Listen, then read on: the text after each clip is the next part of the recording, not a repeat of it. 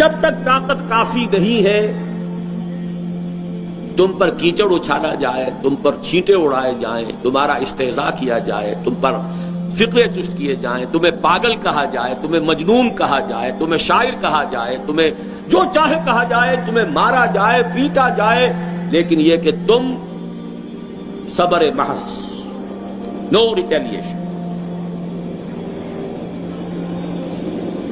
با نشہ درویشی در ساز و دمادم زن، اس سے بڑی درویشی کیا ہوگی؟ مار کھاؤ، ہاتھ مت اٹھاؤ، پتھراؤ ہو رہا ہو تو پھول پیش کرو، ادفع باللتی ہی احسن، تمہارے ٹکڑے اڑا دیے جائیں تم ہاتھ نہ اٹھاؤ، اس سے بڑا تربیت کا پروگرام کوئی نہیں۔ ڈسپلن، اجازت نہیں ہے محمد رسول اللہ۔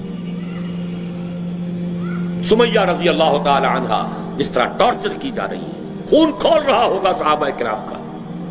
وہ بزدل نہیں تھے، وہ بے غیرت نہیں تھے، معاذ اللہ، نہیں، اجازت نہیں۔ خود حضور گزر رہے، اصبروا یا آل یاسر فإن موعدکم الجنہ، اے یاسر کے گھر والوں صبر کرو،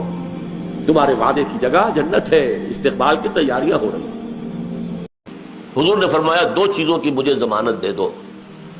تمہارے جسم کے دو بہت چھوٹے سے اعضاء ہیں، ان کی ضمانت دے دو کہ غلط استعمال نہیں ہوگی، جنت کی ضمانت مجھ سے لے لو۔ ایک وہ شے جو تمہارے دو گالوں کے درمیان ہے، زبان، مجھے ضمانت دے دو کہ اس کا غلط استعمال نہیں، اور ایک وہ جو تمہاری دونوں رانوں کے درمیان ہے، تمہاری شرمگاہ، مرد کی ہو یا عورت، اس کا غلط استعمال نہیں۔ یہ دو ضمانتیں مجھے دو، باقی پورا جسم، 2.5 من کا جسم تو باقی ہے، اس کی ضمانت میں دیتا ہوں، جنت ملے گی۔